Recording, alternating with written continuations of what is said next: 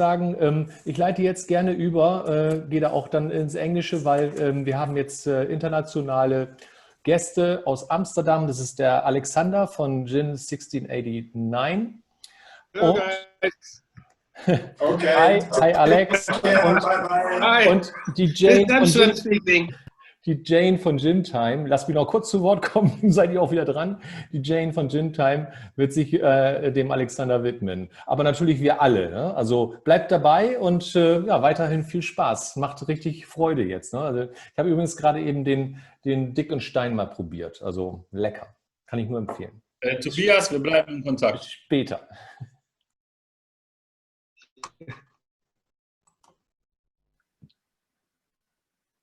Cool.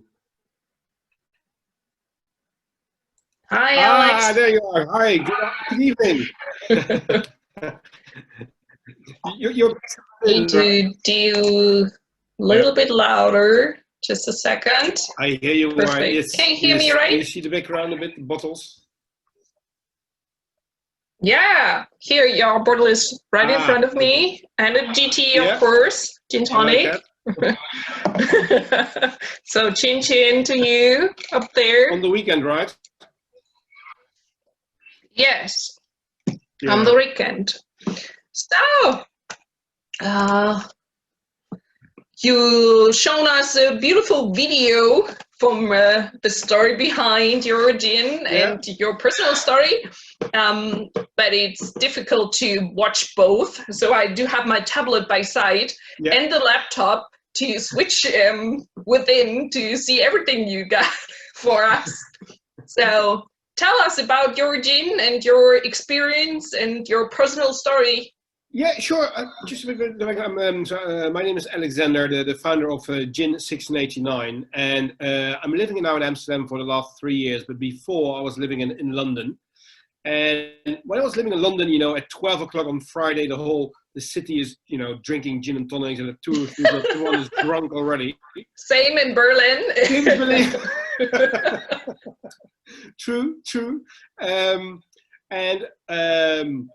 I always thought, like, you know, gin, you know, I mean, if you speak to British people, it's all like, oh, you know, gin is our national pride, you know. And then when I started reading more and more about it, it was not the British, but it were the Dutch who, you know, invented Geneva, and in 1689, William of Orange, the Dutch king, became king of England and made gin popular and started the whole gin craze. And that's the reason why we are tonight sitting with everyone here drinking gin.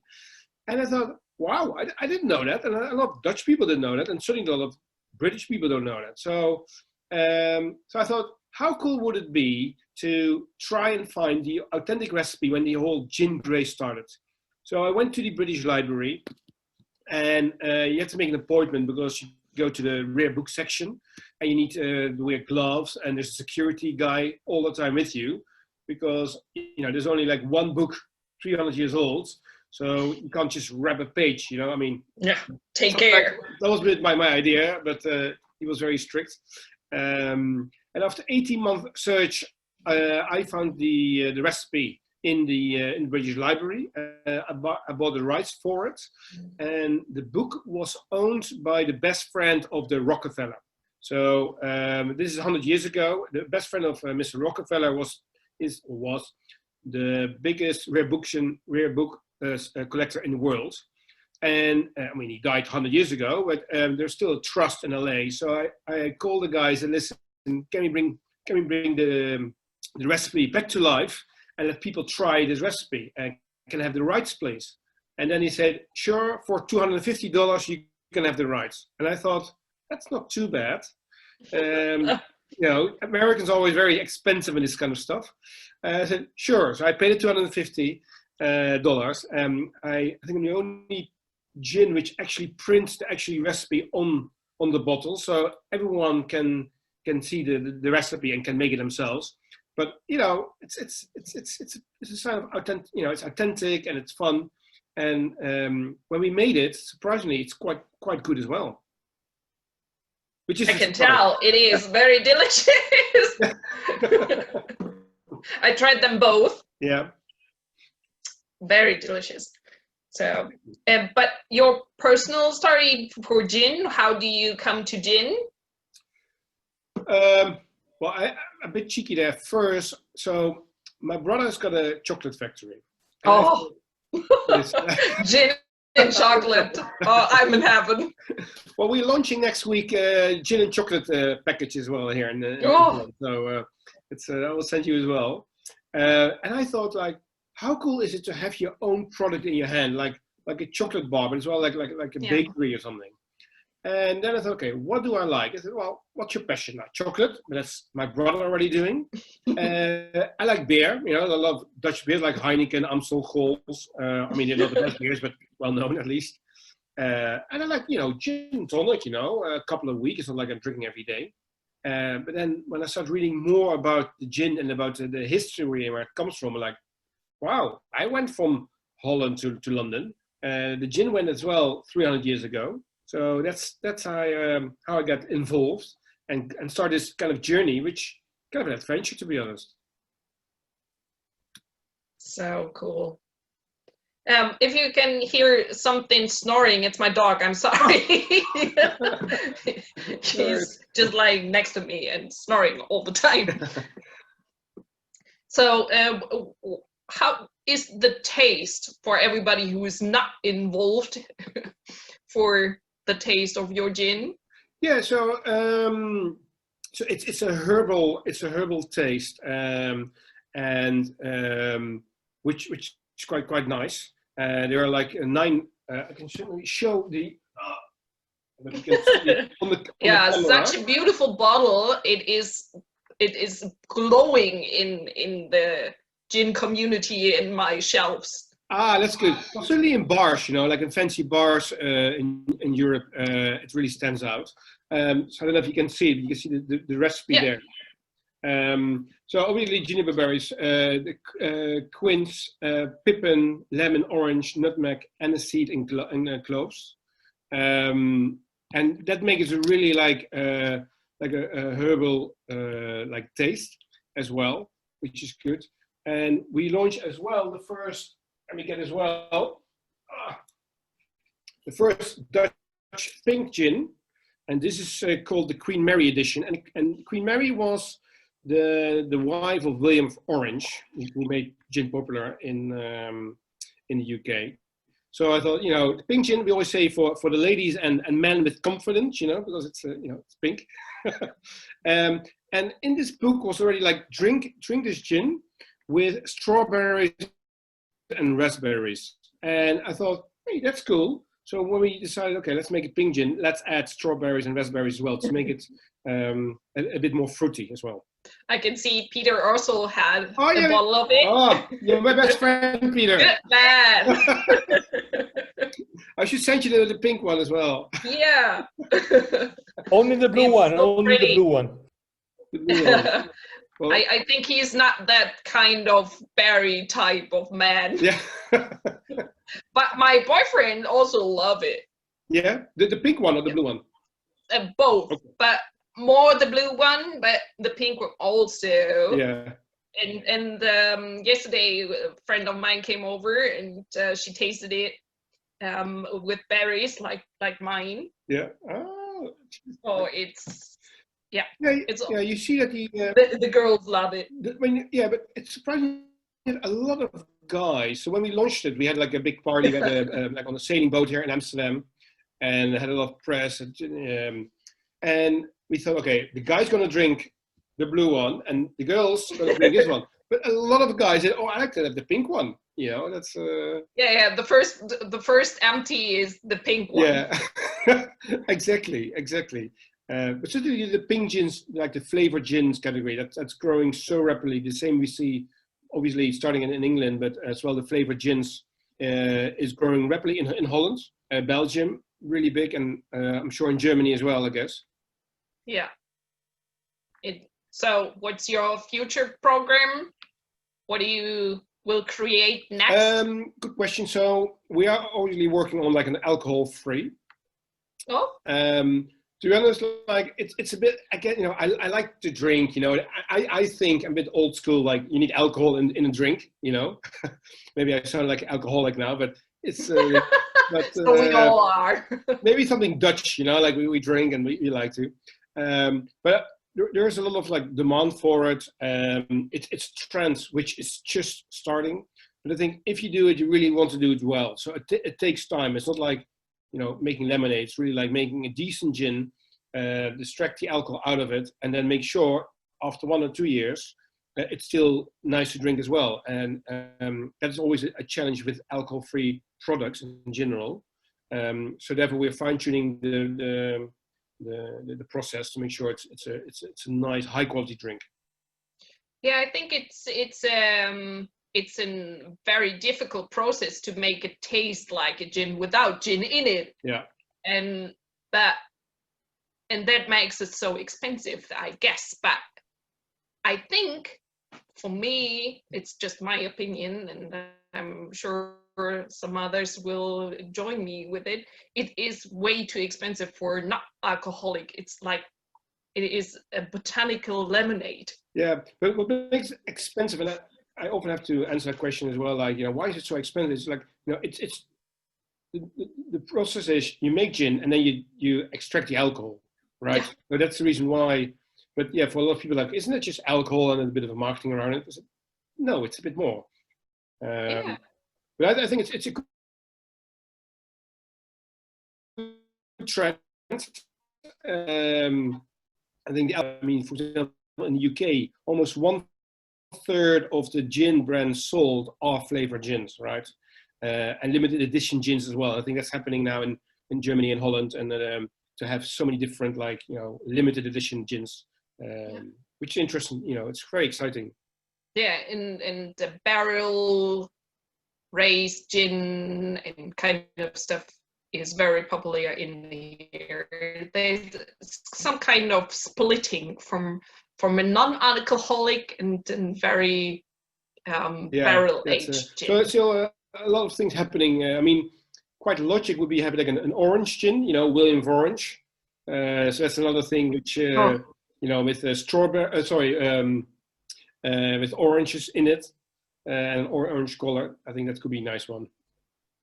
Yeah, of course, will match with the other colors. And then the alcohol-free is then like a white bottle, because then if you use the Dutch flag, it's like red, white, blue. So nice thinking. Yeah, that's the idea. So coming next year, probably. Okay. Some questions over there? Any questions? I can't see any questions in the chat, so this is your chance to ask Alex everything you wanted to do.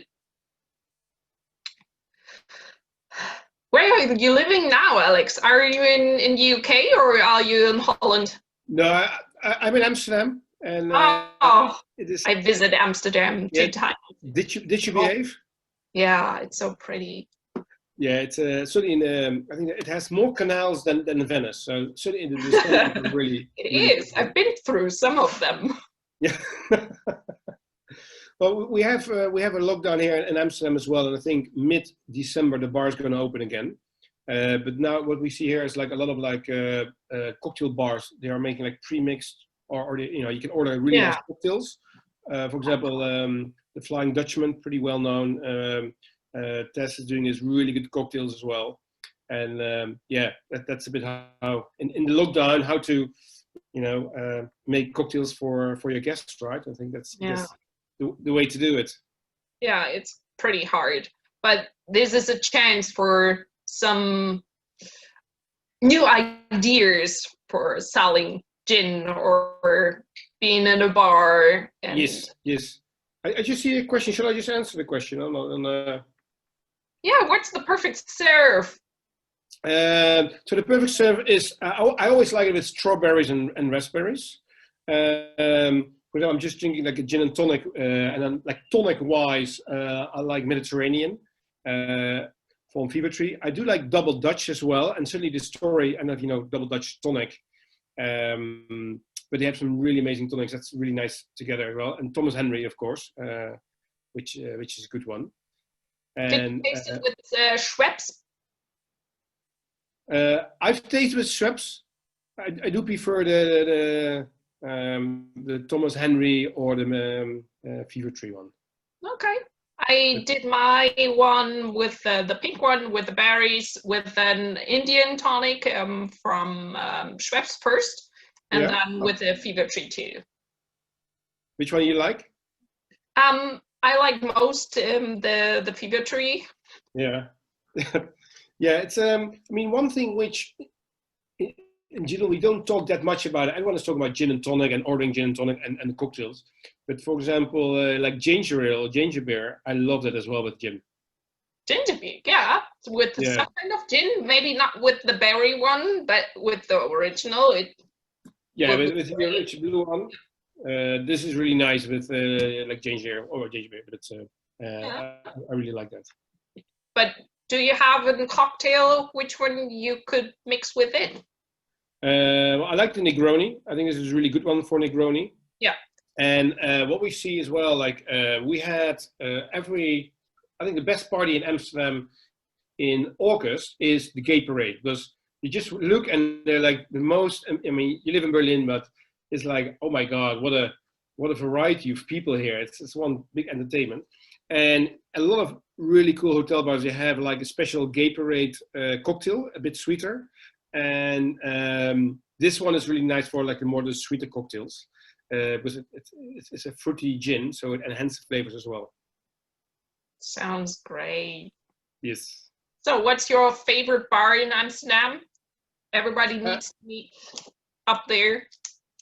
Well, obviously the Flying Dutchman is kind of the most well-known bar in Amsterdam by Tess. So she's, I think, the one female bartender in the world. I think that's a really nice one. And there's one secret one, which actually is around the corner where I live, is hidden in plain sight. And it's a bit Art Deco. It's a bit hidden in plain sight. And I think it was a couple of years ago, it was in the top 50 best bars in the world. But I can recommend it. And every Tuesday I have some live music, a little band, like a bit of a jazzy blues. It's quite nice.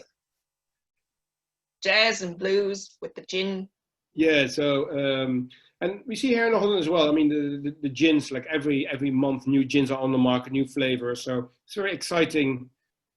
Time for like the Dutch market as well, and we see more and more German gins as well in Holland. Yeah, cool.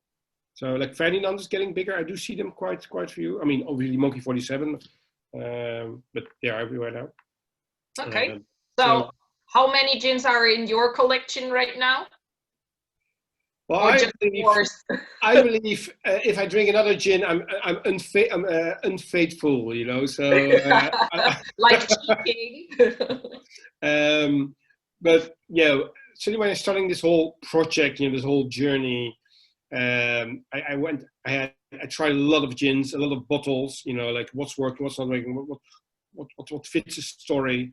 But yeah, it feels a bit like cheating, you know, when you drink. I know it's a bit weird, maybe, but yeah, it's my baby kind of thing.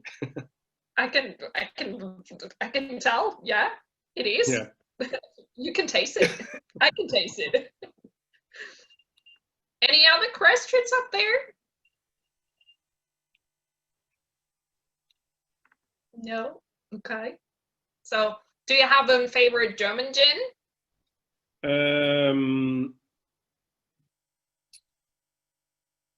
Yeah, and then you have to help me, but I think I tasted it. I think it's from Hamburg. White bottle, blue letters. The gin. Yeah, that one. Yeah, that one. I really like that one. Just the bottle, or what do you mean? So it's like, oh, what was the name again? You know, like, you know, it was a long week. And I just said to some friends as well, like, I used to live in Berlin, because I know before, I heard, my German is ein bisschen, nicht so gut. Ein bisschen. And I think amazingly, the gin bars and cocktail bars, like, when I came to Berlin, it was not much there. And when I left Berlin, like, wow. So you can see as well, the whole cocktail and gin scene is massive in Berlin. I don't know about the other cities that much, but at least in Berlin is like, pretty cool. Yeah, we do have some small brands here up too. but not so many and not so popular at all. Yeah. Well, we launched now in Germany last month, and with the Spirituous. I don't know if you know it, but it's certainly Berlin, because I lived there for 6 years. I really like it there. That's something which, yeah, especially I look at it. Yeah, there's some amazing bars over there. Yeah. Someone you would like to introduce? Do you know where your gin is up? Well, we just started, so it's not in Berlin yet, but we're building now our distribution, and it's certainly, like, you know, in my favorite bars in Berlin, it would be cool to have the gin, or having a pop up. You know, a pop is really nice. I don't know if it's happening this year or next year, but like the Berlin Gin Festival, that would be really cool if that's happening again. I don't know if that's still happening, but it's something, a really good one to be there as well. Yeah, it would be so cool. Meet you in person as well. That sounds good. I do see another question. Yeah, there is. Where is it distilled? Is it from Holland? So yeah, it is. So it's distilled in Schiedam, and Schiedam, it's near Rotterdam, and it's always like the capital of our distillery capital. Like it's not that big, but there are like loads of distilleries since like hundreds of years, and we distill it with Herman Janssen, and they are from 1777. So a bit younger than this gin. But when I got on this journey, it's all about, you know, it's working with a partner like them from 1777. You know exactly, like, back at the time, this is, you know, how it looks like, how to distill it. So yeah, we're working with them now for quite some years now, and a lot of experience to brought it on the market, which is good, you know. So from which business do you came from? Marketing and sales. So when I was working in Berlin, I was working for 20th Century Fox, the movie company. Mm-hmm. And I was responsible for in the team, with the marketing team for Avatar, the movie. I don't know if you know it. Oh, cool. Yeah.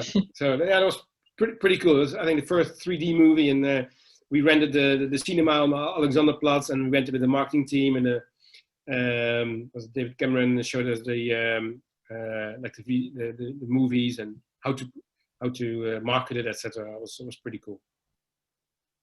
Sounds good. Yeah. Ariana, how much time I always think we have time left until the next one comes around the corner, and because no one is still there, well, David is there, who will guide us through the through the after show party. He will mix for us, together with the distillery Horse here from Germany, a very nice cocktail.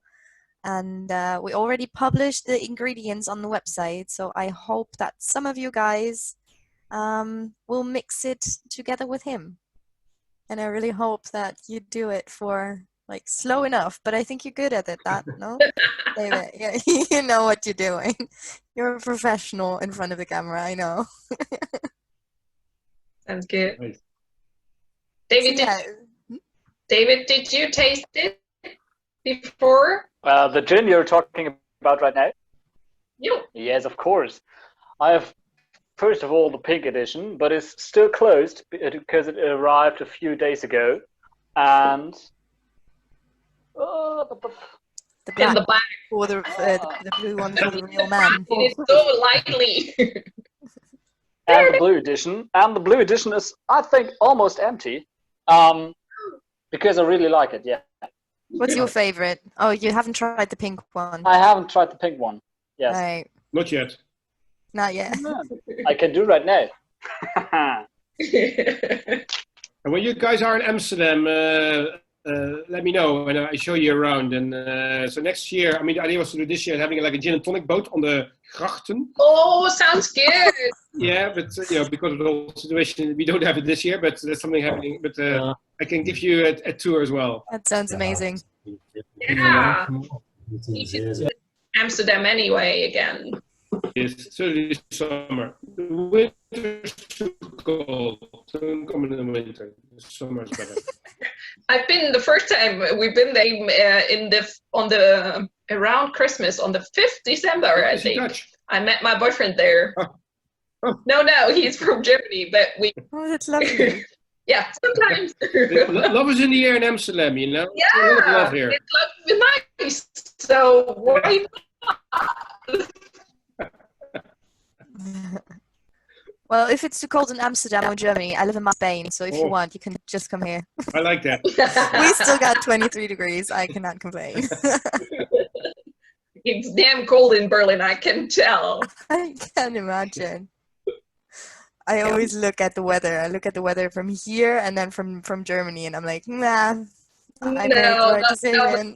You need the right decision. Nah. Okay, any All other right. questions, or we go to the next one?